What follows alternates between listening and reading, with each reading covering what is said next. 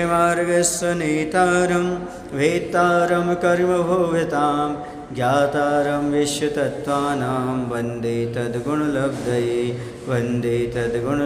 बोले अहिंसा परमो धर्म की। बोले आचार्य पूज्यपाद स्वामी की, आचार्य गुरुदेव भगवान श्री विद्यासागर जी महाराज की।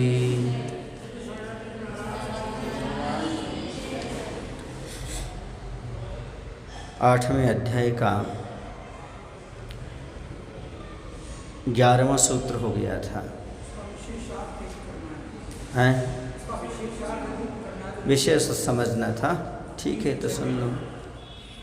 यहाँ नामकर्म के उत्तर प्रकृतियों के कार्यों की चर्चा की गई है। पृष्ठ है 306। मूल कर्म 8 हैं, इनमें से 7 कर्म जीव विपाकी माने गए हैं, जिसका फल जीव में मिलता है वह जीव विपाकी माना जाता है। विपाक माने फल। नाम कर्म जीव विपाकी और पुद्गल विपाकी दोनों प्रकार का है। शरीर में भी मिलता है इसका फल पुद्गल में, और आत्मा में दोनों प्रकार का, जीव में भी। जिन कर्मों का विपाक जीव में होता है वो जीव विपाकी हैं, और जिनका विपाक शरीर आदि पुद्गल में होता है वह पुद्गल विपाकी है।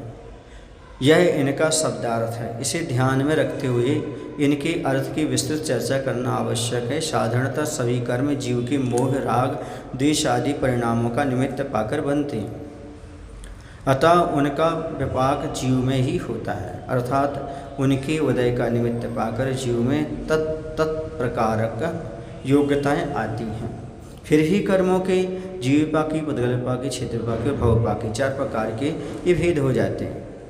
यही बात यहाँ देखनी है। जीव का संसार जीव और पुद्गल इन दो के मेल से होता है।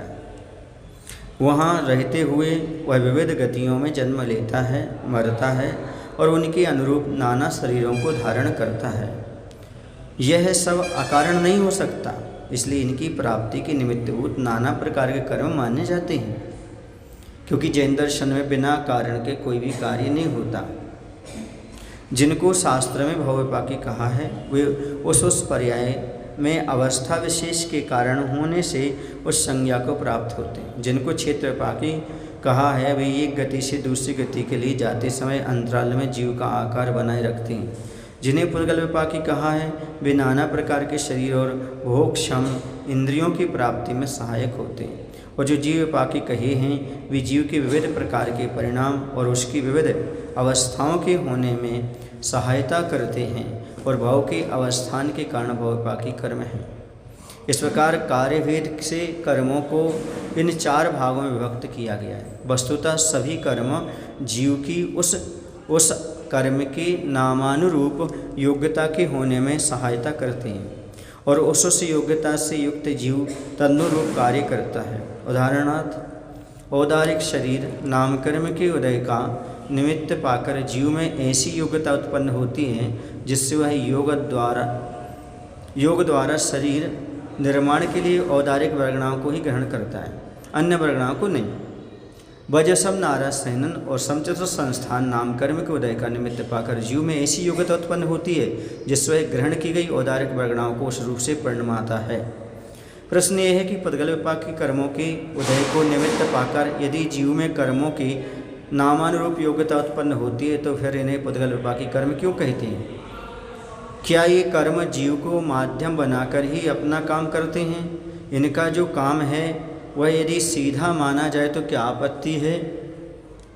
उत्तर यह है कि जब तक जीव को औदारिक आदि 9 कर्म वर्गणा का निमित्त नहीं मिलता तब तक पुद्गल विपाकी कर्म अपना कार्य करने में समर्थ नहीं हो सकते। इनका विपाक पुद्गलों का निमित्त पाकर होता है, इसलिए इन्हें पुद्गल विपाकी कहते हैं। उदाहरण के लिए कोई एक जीव 2 मोड़ा लेकर यदि जन्म लेता है तो उसके प्रथम और द्वितीय विग्रह के समय शरीर आदि पुद्गल विपाकी प्रकृतियों का उदय नहीं होता है, वह नहीं होता उसको। तीसरे समय में जब वह नवीन शरीर को ग्रहण करता है तभी उसके इन प्रकृतियों का उदय होता है। इस प्रकार विचार करने से ज्ञात होता है कि शरीर आदि नामकरण की प्रकृतियों की पुद्गल विपाकी संज्ञा क्यों है। इसी प्रकार भव विपाकी और क्षेत्र विपाकी प्रकृतियों के संबंध में भी स्पष्ट जानना चाहिए। भव की कारणभूत जो आयु कर्म की प्रकृतियां हैं और जिनका उदय तत्त भव तक ही सीमित है, इसी से इनकी भव विपाकी संज्ञा है। क्षेत्र विपाकी प्रकृतियां मरण के बाद दूसरे भव के अंतरालवर्ती क्षेत्र में अपना काम करती हैं, इसलिए इनकी क्षेत्र विपाकी संज्ञा है। यद्यपि बाह्य पुत्र आदि सुपुत्र आदि के निमित्त से साता आदि जीवपाकी प्रकृतियों का भी उदय देखा जाता है, पर ये बाह्य निमित्त उनके उदय से अविनाभावी कारण नहीं है। कदाचित अविनाभावी समस्त एक के बिना दूसरा ना रह सके। कदाचित इन बाह्य निमित्तों के रहते हुए भी उनसे प्रतिकूल प्रकृतियों का उदय देखा जाता है, और कदाचित इन निमित्तों के अभाव में भी उनका उदय देखा जाता है। इसलिए बाह्य निमित्तों की प्रधानता न होने से साता आदि प्रकृतियों की जीवपाकी संज्ञा है। इस प्रकार सब कर्म प्रकृतियाँ कितने भागों में बटी हुई हैं और उनकी जीवपाकी आदि संज्ञा होने का क्या कारण है, इसका विचार किया। अब नामकर्म के उत्तर प्रकृति विकल्प कहें। देखो, क्षेत्रपाकी, जीवपाकी, पुद्गल विपाकी और भवपाकी और क्षेत्र विपाकी, समझ गए ना।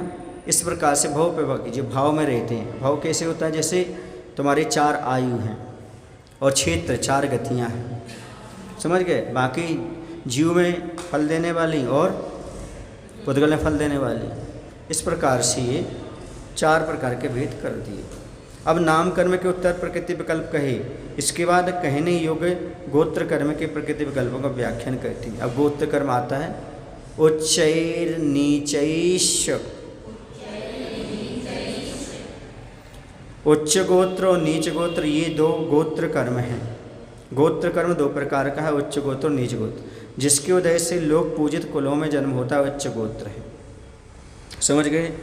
या मुनि बनने योग्य कुल में जन्म हो सो उच्च गोत्र है। जहाँ पर क्या बन सकते हैं आप, मुनि बन सकते हो। जैसे इक्ष्वाकु, उग्र, कुरु, हरि, ज्ञाति आदि वंशों में जन्म होना, ये कहलाता है उच्च गोत्र। देव और भोगभूमि मनुष्यों के हमेशा उच्च गोत्र का ही उदय होता है। देव में और भोगभूमि जीवों में हमेशा उच्च गोत्र का उदय रहता है, किंतु कर्मभूमि मनुष्यों में दोनों प्रकार के गोत्र वाले हुआ करते हैं, नीच गोत्र और उच्च गोत्र। अब नीच गोत्र किसे कहते हैं, जिसके उदय से गर्हित कुलों में जन्म होता है वह नीच गोत्र है। गर्हित माने निंद, दरिद्र, आपसिद्ध, दुखाकुल कुलों में जन्म हुआ है, नीच गोत्र कहलाता है। जहाँ पर हमेशा दुखी दुख बना रहता हो उन कुलों में इस प्रकार से, समझ गए। ऐसा निमित्त संबंध है कि जिसके उच्च गोत्र का उदय होता है वह ऐसे माता पिता के यहाँ जन्म लेता है जहाँ सदाचार की प्रवृत्ति हो या उसोर झुकाव हो या ऐसी प्रवृत्ति वाले व्यक्तियों के साथ संपर्क हो, और जिसकी नीच गोत्र कर्म का उदय होता है वह विरुद्ध प्रवृत्ति वाले माता पिता के यहाँ जन्म लेता है। कुल, गोत्र, संतान और परंपरा, इनका एक अर्थ ले लेना। कुल कहो, गोत्र कहो, संतान कहो, परंपरा। परंपरा 2 प्रकार से चलती है, एक पुत्र पौत्र प्रपौत्र मूलक परंपरा और दूसरी आचार विचार मूलक परंपरा भी होती है। यहाँ दूसरी प्रकार की परंपरा ली गई है। गोत्र का संबंध शरीर या रक्त से ना होकर के जीव के आचार विचार से है। गोत्र कर्म को जीव विपाकी कहने का कारण भी यही है।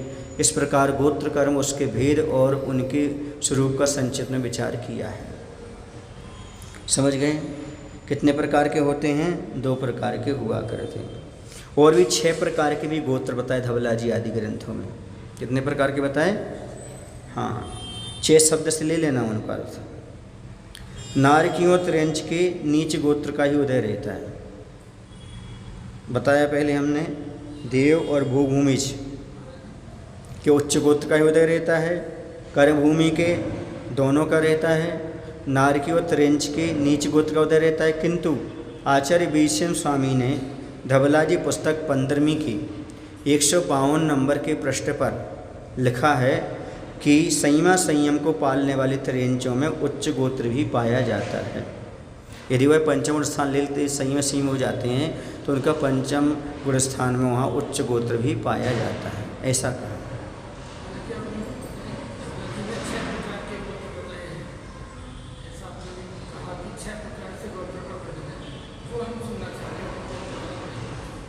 धवला जी में यहाँ 6 शब्द से 6 प्रकार की बताए उन्होंने कहा उच्च तह उच्च नीच निच्च नीचम नीचम छे जसोदेन भावो निच्च विवच्चो तच्च। उन्होंने क्या कहा? उच्च उच्च, पहला क्या बताया? उच्च उच्च, जिनका उच्च कुल हो और उच्च आचरण हो, कुल भी उच्च हो और आचरण भी उच्च हो। जैसे सलाह का पुरुष बना जाएंगे, सलाह का पुरुष, उनका उच्च कुल भी है और उच्च आचरण भी है, ये सलाह का पुरुष में आ जाएंगे उच्च उच्च। फिर दूसरा, अब पुरुष सुनो तो अभी, सुन तो लो आप, वो सारे उच्च आचरण वाले कहलाते हैं, नीच आचरण नहीं करते वो, उनका नियोग रहता है। क्या रहता है? नारायण प्रतिनारायण का नियोग रहता है कि तीसरे भव में नरक जाना होता है, क्योंकि वो निदान बंद करके आते हैं। बाकी उनके परिवार में उच्च ही आचरण होता है। समझ गए ना? तीर्थंकर प्रकृति का बांधने वाले सहज थोड़ी है ऐसा। तो उच्च उच्च, जिनका उच्च कुल हो और उच्च आचरण हो, उच्च उच्च होते, सलाह का पुरुष आ रही है ना। फिर आता उच्च, जिनका आचरण उच्च हो, वह उच्च अकेला कहलाएगा, इसका आचरण उच्च हो। और उच्च नीच, जन्म तो उच्च कुल में हुआ किंतु आचरण हीन हो गया, ये हो गया उच्च नीच। आई पहले सुन लो आप, मैंने क्या कहा? उच्च उच्च माने क्या कहलाता है? जिनका आचरण भी और दोनों हो। अब आता है उच्च, जिनका कुल तो उच्च हो, कैसा हो? उच्च हो, है ना, जिनका आचरण उच्च हो, वो के लिए उच्च कहलाएंगे। हाँ, और जिसका उच्च नीच, जिनका कुल तो उच्च हो किंतु आचारहीन हो, ये कहलाएंगे उच्च नीच। फिर नीच उच्च, जन्म तो नीच कुल में है लेकिन आचरण उच्च हो, वह कौन कहलाएंगे? नीच उच्च। और फिर आता नीच, नीच वो हैं जिनका आचरणहीन हो, और नीच नीच वो हैं जन्म भी नीच कुल में लिया और आचरण भी नीच हो। समझ गए? इस प्रकार के 6 भेद हो जाते हैं। अब आगे कई बार होता है उच्च कुल में जन्म ले लेते हैं लेकिन नीच आचरण होते हैं, शराब पीना, मांस खाना, क्षत्रिय कुल में हो जाते, ब्राह्मण कुल में होते, जैनी कुल में हो जाते, बहुत सारे लोग ऐसे हो जाते हैं। तो क्या हो जाएंगे? उच्च तो उनका कुल है लेकिन क्या है? नीच काम कर रहे, उच्च नीच हो गए। जन्म तो उच्च में है लेकिन आचरणहीन है वो, इस प्रकार का।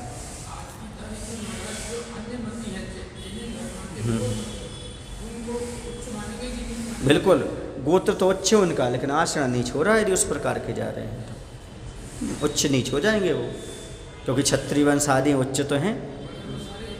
हाँ, तो यदि वो जैनी भी हो तो भी नीच हो जाएगा, उच्च नीच हो जाएगा वो भी। उन्हीं में क्या, जैनी में भी लगा, सभी में लगा, वो तो ऐसा। अब आगे कहते हैं अष्टम्या कर्म प्रकृति रोत्तर प्रकृति निर्देशात अर्थम आह।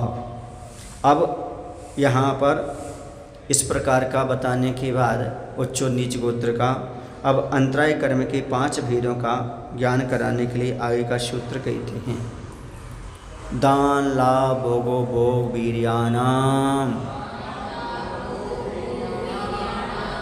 ये 8वीं कर्म प्रकृति का उत्तर भेद है। दान लाभ भोग भोग और वीर, इनके 5 क्या हो जाते हैं? ये अंतराय कर्म की 5 प्रकृतियाँ हो जाती हैं, 5 अंतराय हैं।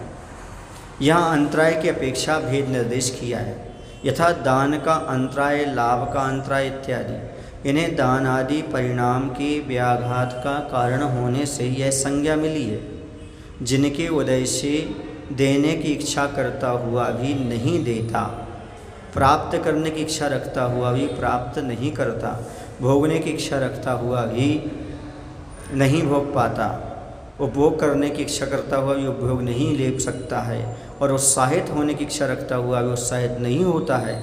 इस प्रकार ये 5 अंतराय के भेद हो जाते हैं। क्या होता है? जीव के दान लाभ भोग और वीर, ये 5 लब्धियाँ हैं। अंतराय कर्म इन 5 जीव भावों की अभिव्यक्ति में बाधक कारण है, यह उक्त कथन का तात्पर्य। कहीं कहीं अंतराय कर्म के 6 व 6 उपशम का फल बाह्य सामग्री की प्राप्ति कहा है, पर वह उपचार कथन है। तत्वतः बाह्य सामग्री पर है, उसकी प्राप्ति जीवपाकी अंतराय कर्म के 6 व 6 उपशम का फल कहना उपचार कथन है। पर में सो का भाव मिथ्यात्व का फल है और उसका स्वीकार कसाय का फल है, ऐसा यहाँ समझना चाहिए। विशेष अर्थ में कुछ समझ में नहीं आया इनका, ये कहना क्या चाह रहे हैं। अपन तो सीधी समझें कि दान अंतराय आदि कर्म हुआ करते हैं। कैसे हैं? 5 प्रकार के अंतराय पड़ते हैं। जिसकी वजह से दान देने की इच्छा होने पर भी दान ना दे सके, उसका नाम दान अंतराय कर्म, ठीक है।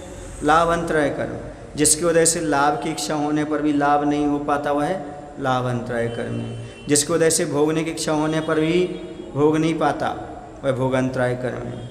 और भोग जिसकी वजह से उपभोग की इच्छा होने पर भी वो भोग नहीं कर पाता। वीरंता, जिसकी वजह से कार्य करने का उत्साह होने पर भी निरुत्साहित हो जाता है, वह वीरंतराय है। करना तो चाहता है लेकिन फिर उसका उत्साह डाउन पड़ जाए। वीर्य माने शक्ति भी होती है, उत्साह, तो डाउन पड़ जाता है। ऐसा यहाँ मान करके चलना चाहिए। समझ गए? तो इस प्रकार का वह नहीं कर पाता है।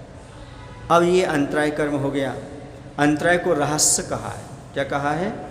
रहस्यमय आता है। ये दाता और पात्र के बीच में आता, वो अंतराय कहलाता। किसके बीच में आता? हाँ, तो इस प्रकार से काम रहता। अब प्रकृति बंध के भेद कहे।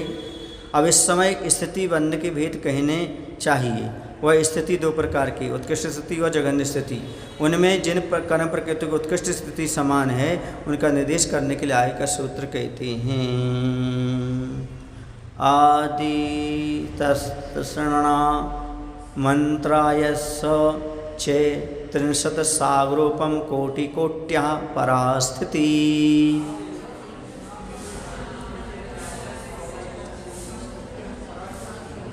आदि की 3 प्रकृतियाँ अर्थात ज्ञानवर्ण, दर्शनवर्ण और वेदनी तथा अंतराय, इन 4 की उत्कृष्ट स्थिति 30 कोटा कोटि सागरोपम है। आदि के 3 कर्मों की और अंतराय कर्म की 30 कोड़ा कोड़ी सागर प्रमाण परामाने उत्कृष्ट स्थिति होती है। इस उत्कृष्ट स्थिति का बंध संगी पंचेंद्रिय पर्याप्त मिथ्या दृष्टि जीव के होता है। किसको होता है? हाँ, यह उत्कृष्ट स्थिति बंध कौन करेगा? संगी पंचेंद्रिय पर्याप्तक मिथ्या दृष्टि ही जीव ही कर सकता है। बीच में या अंत में 3 का ग्रहण ना होने वाले इसलिए सूत्र में आदितः पद कहा है। अंतराय कर्म का पाठ प्रारंभ के 3 कर्मों के पाठ से व्याहत है, उसका ग्रहण करने के लिए यहाँ अंतरायस्य वचन दिया। सागरोपम का परिमाण पहले कहे आए हैं। कोटियों की कोटि कोटा कोटि कहलाती है।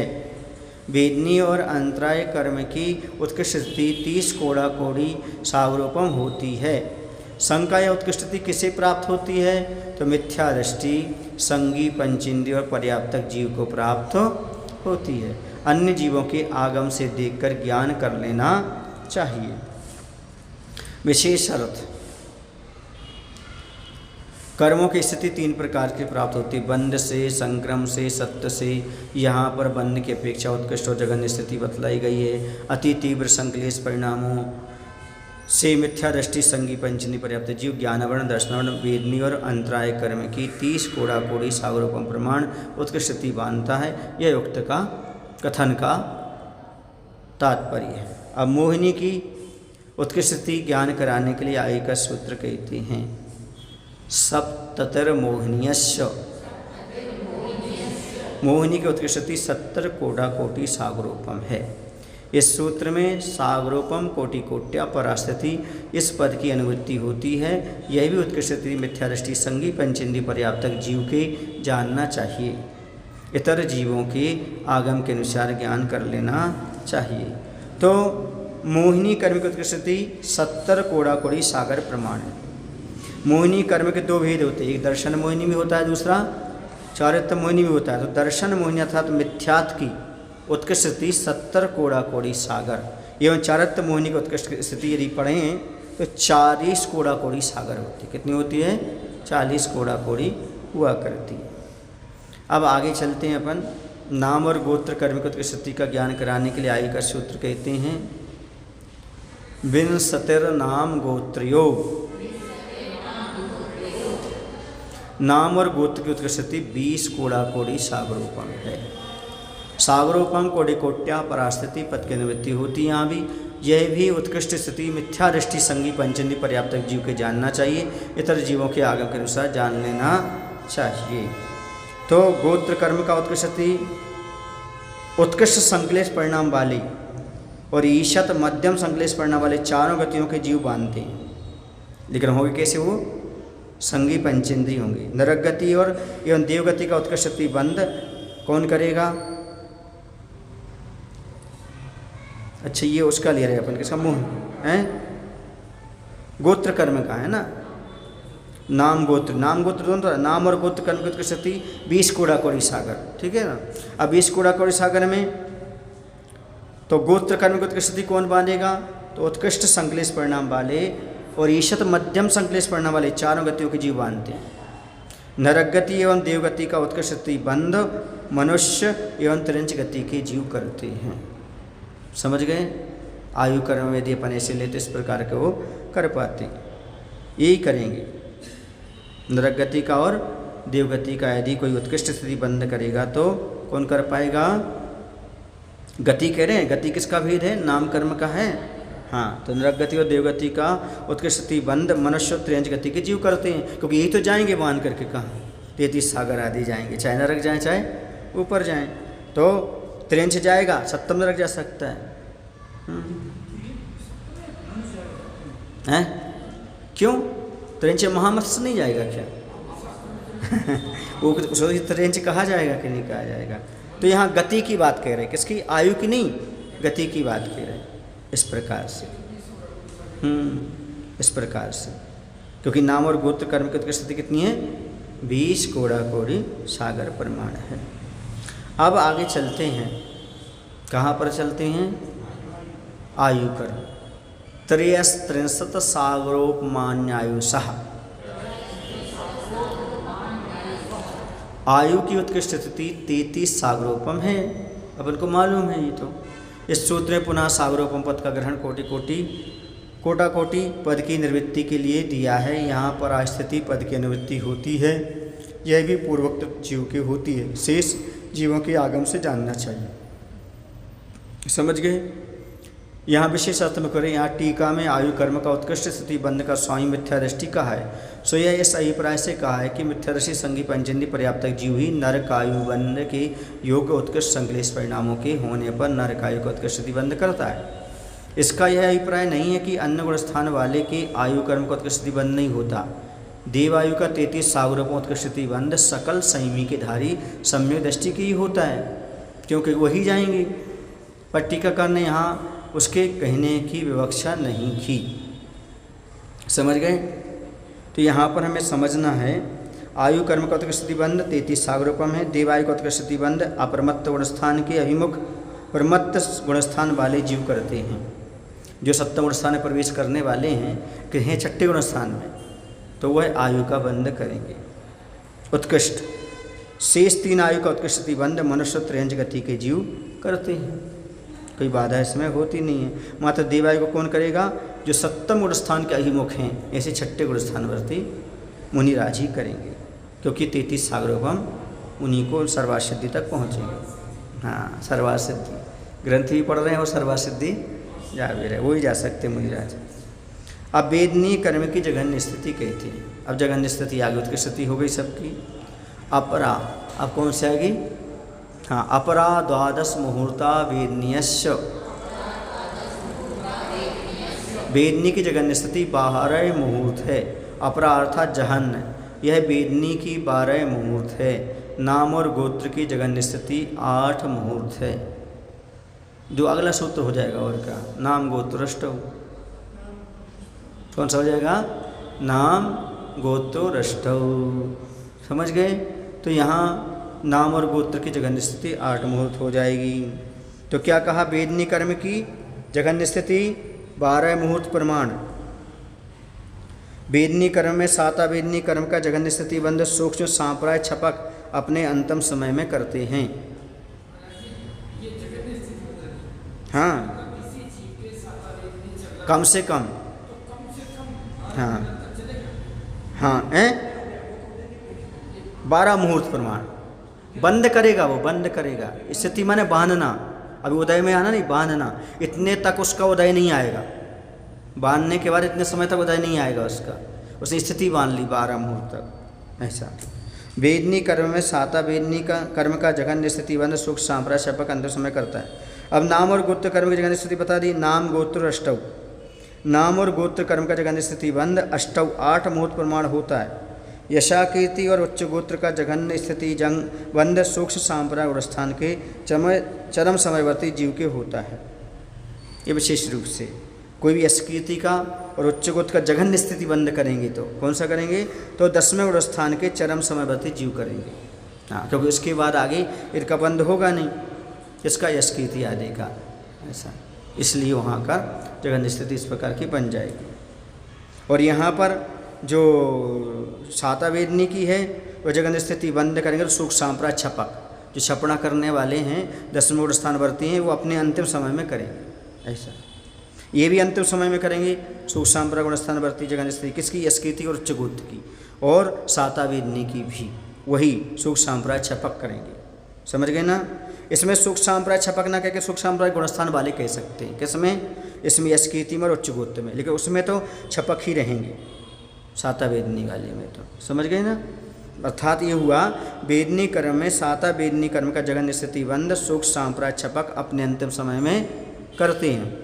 और नाम और गोत्र कर्म का मतलब उसमें यशकीर्ति और उच्च गोत्र का जघन्य स्थिति बंध सुख सांप्राय और स्थान के चरम समयवर्ती जीव के हुआ करता है। ऐसा धवला जी पुस्तक में विशेष रूप से खोला गया। अब आगे चलते हैं। यहाँ पर मुहूर्ता पद की अनुवृत्ति होती और अपरा स्थिति पर की थी, है ना। अब स्थगित की गई प्रकृतियों की जघन्य स्थिति का कथन करने के लिए आगे का सूत्र कहते हैं जो छूट गई थी। कौन सी, शेषानामंतर मुहूर्ता। आप कह रहे हैं शेषानाम, शेषानाम शेष 5 प्रकृतियों की अंतर मुहूर्त जघन्य स्थिति है। ज्ञानावरण, दर्शनावरण और अंतराय की जघन्य स्थिति यदि बांधेगा कम से कम तो कितनी बांधेगा, अंतर्मुहूर्त सुख सांप्राय गुणस्थान में, ठीक है ना। ज्ञानावरण की, दर्शनावरण और अंतराय इन 3 की जघन्य स्थिति सुख सांप्राय गुणस्थान में। मोहिनी की जघन्य स्थिति आई अनिवृत्ति बाधर सांप्राय गुणस्थान में। और आयु की जघन्य स्थिति संख्यात वर्ष की आयु वाले त्रयंच और मनुष्यों में प्राप्त होती है। ये यहाँ का कथन का तात्पर्य है। तो क्या हो गया यहाँ पर, शेषानम अंतर्मुहूर्ता कह दिया। अर्थ क्या हुआ इसका कि शेष ज्ञानावरण, दर्शनावरण, मोहिनी, आयु और अंतराय कर्मों की जघन्य स्थिति बंध अंतर्मुहूर्त है, जघन्य स्थिति। अब 5 ज्ञानावरण, 4 दर्शनावरण और 5 अंतराय का जघन्य स्थिति बंध छपक सुख सांप्राय गुणस्थानवर्ती जीव के होगा, जो छपक श्रेणी चढ़ने वाले हैं उनके। तथा संजन लोभ का जघन्य स्थिति बंध अनिवृत्तिकरण गुणस्थानवर्ती छपक जीव के होगा, वो भी छपक श्रेणी चढ़ने वाले होंगे 9वें गुणस्थान में। वही सुने ना। अब मनुष्य त्रयंच आयु का जघन्य स्थिति बंध तत्प्रायोग संक्लेश से युक्त कर्मभूमिया त्रयंच और मनुष्य की होता है। क्योंकि मनुष्य त्रयंच कोई बनेगा यहाँ पर जघन्य स्थिति वाला, तो उन्होंने कहा है उसके योग्य कर्मभूमिया त्रयंच और मनुष्य ही होगा, ना तो वह देव होगा बस, और न नार की होगा। भूभूमि का तो आएगा ही नहीं, कर्मभूमि का मनुष्य त्रयंच बनेगा यहाँ पर। तो इस प्रकार से उन्होंने कहा कि वह मनुष्य त्रयंच आयु का जघन्य स्थिति बंध तत्प्रायोग संक्लेश से युक्त कर्मभूमिया त्रयंच और मनुष्य होंगी। वो देव आयु वाला नहीं होगा जघन्य वाला, और जो नरक से निकला है वो भी नहीं होगा जघन्य आयु बांधने वाला। चलिए, वो भी नहीं बांधेगा, मात्र मनुष्य त्रयंची बांधेगा, वह भी कर्मभूमिया का मनुष्य त्रयंची यहीं का यहीं होगा। तो वह इस प्रकार का जघन्य स्थिति बंध करेगा। अब आगे कहते हैं विपाकोनुभव। विपाक अर्थात विविध प्रकार के फल देने की शक्ति पड़ना सो अनुभव है। अब अनुभाग बंध आ रहा है। कौन सा आ रहा, अनुभाग बंध। अभी कौन सा कर आए अपन, स्थिति बंध पढ़ करके आए। अब यहाँ पर आए, पहले प्रकृति बंध देखा, स्थिति बंध देखा, अब अनुभाग बंध। अनुभाग बंध तो विपाक मानो तब फल देने की शक्ति को अनुभव अनुभाग बंध कहती हैं। अर्थात उदय में आकर कर्मों के फल देने को अनुभव कहती हैं। तो विशिष्ट या नाना प्रकार के पाक का नाम विपाक है। पूर्वोक्त कसायों के तीव्र मंद आदि रूप भावाश्रव के भेद से विशिष्ट पाक का होना विपाक है, अथवा द्रव्य क्षेत्र काल भाव और भाव लक्षण निमित्त भेद से उत्पन्न हुआ वैश्य रूप नाना प्रकार का पाक विपाक है। क्योंकि जो कर्म क्या देता है, फल देता है, वह द्रव्य क्षेत्र काल भाव को लेकर के कर्म अपना फल देते हैं, इसी को अनुभव कहते हैं। शुभ परिणामों के प्रकर्ष भाव के कारण शुभ प्रकृतियों का प्रकर्ष अनुभव होता है और अशुभ प्रकृतियों का निकृष्ट अनुभव होता है, तथा अशुभ परिणामों के प्रकर्ष भाव के कारण अशुभ प्रकृतियों का प्रकृष्ट अनुभव होता है और शुभ प्रकृतियों का निकृष्ट अनुभव होता है। अशुभ भाव से अशुभ प्रकृतियों का ज़्यादा पड़ेगा उसमें फल देने की क्षमता, और शुभ प्रकृतियों में कम पड़ेगी, और शुभ भाव से अशुभ में कम पड़ेगा और शुभ में ज़्यादा पड़ेगा। इस प्रकार कारणवश से प्राप्त हुआ वह अनुभव दो प्रकार का प्रवृत्त होता है, स्वमुख और परमुख से। स्वमुख से और परमुख से सब मूल प्रकृतियों का अनुभव स्वमुख से ही प्रवृत्त होता है। आयु, दर्शन मोहिनी और चारित्र मोहिनी के सिवा तुल्य जाति उत्तर प्रकृतियों का अनुभव परमुख से भी प्रवृत्त होता है। नरकायु के मुख से त्रिंचायु या मनुष्यायु का विपाक नहीं होता, और दर्शन मोह चारित्र मोह रूप से और चारित्र मोह दर्शन मोह रूप से विपाक को नहीं प्राप्त होता है।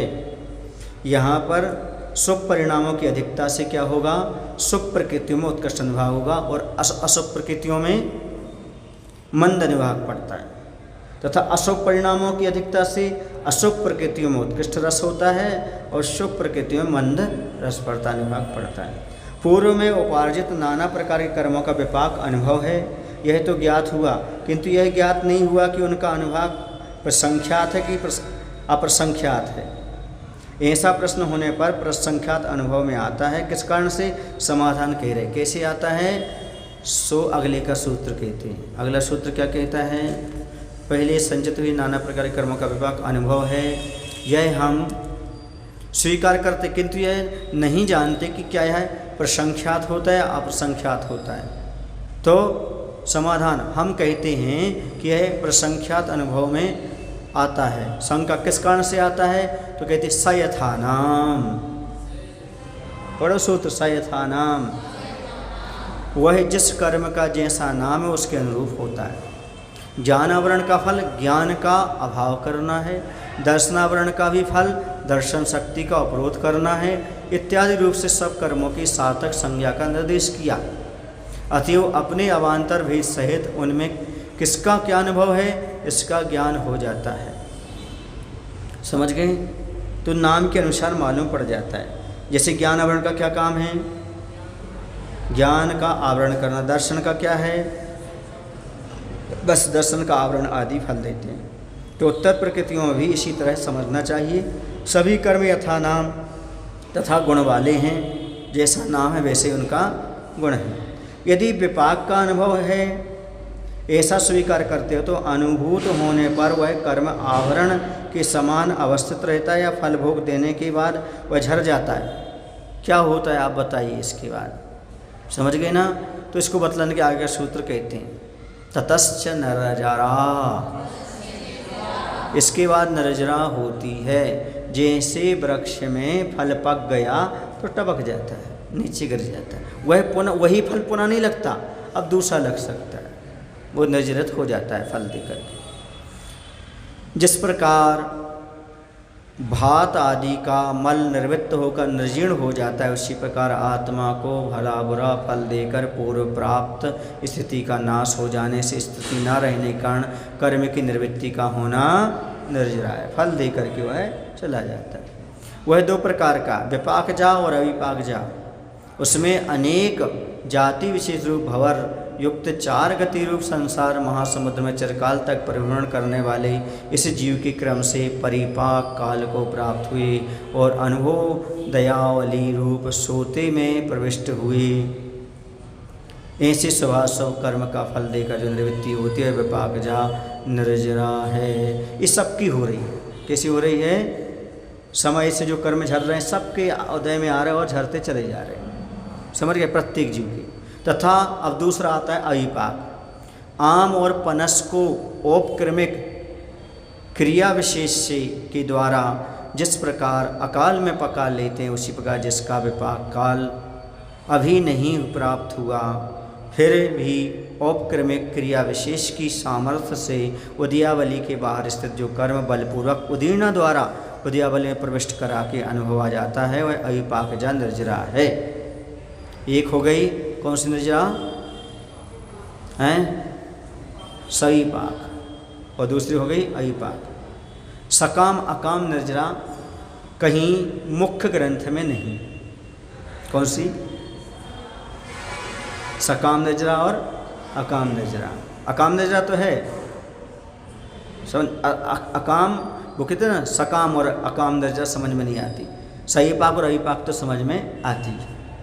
समझ में आ रहा है? तो अविपाक जन निर्जरा है। सूत्र में चे शब्द अन्य निमित्त का समुच्चय करने के लिए दिया है, तब सा निर्जरा चे, यह आगे कहेंगे। इसलिए चे शब्द के देने का यह प्रयोजन है कि पूर्वोक्त प्रकार से निर्जरा होती है और अन्य प्रकार से भी। संघ यहाँ निर्जरा का उल्लेख किस लिए किया है? क्योंकि उद्देश्य के अनुसार उसका संवर के बाद उल्लेख करना ठीक होगा। समाधान, घोड़े में बोध कराने के नहीं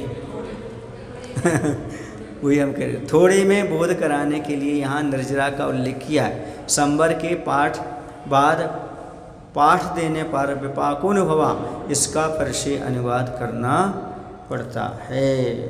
तो यहाँ पर दिया इस प्रकार से, फल देने के बाद कर्मों की निर्जरा हो जाती है, अर्थात कर्म उदय में आकर आत्मा से पृथक हो जाते हैं। निर्जरा तो आप समझते हैं, जिस प्रकार खाया हुआ अनाज, दूध, पानी आदि मलमूत्र आदि रूप होकर निर्जीर्ण हो जाता है, उस प्रकार आत्मा को अच्छा बुरा फल देकर कर्म निर्जीर्ण हो जाना, इसी का नाम क्या हो जाता है? निर्जरा। वह कितने प्रकार की होती है?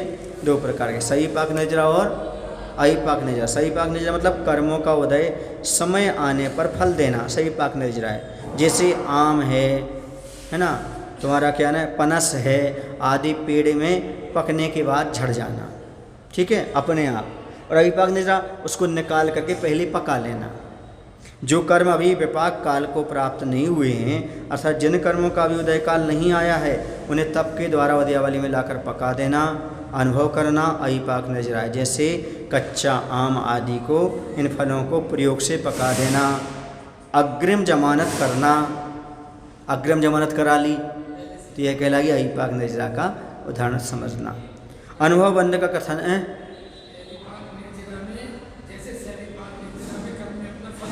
हाँ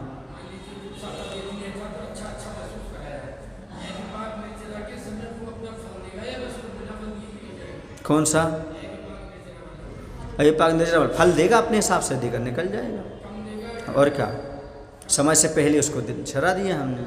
हाँ चलिएगा बस।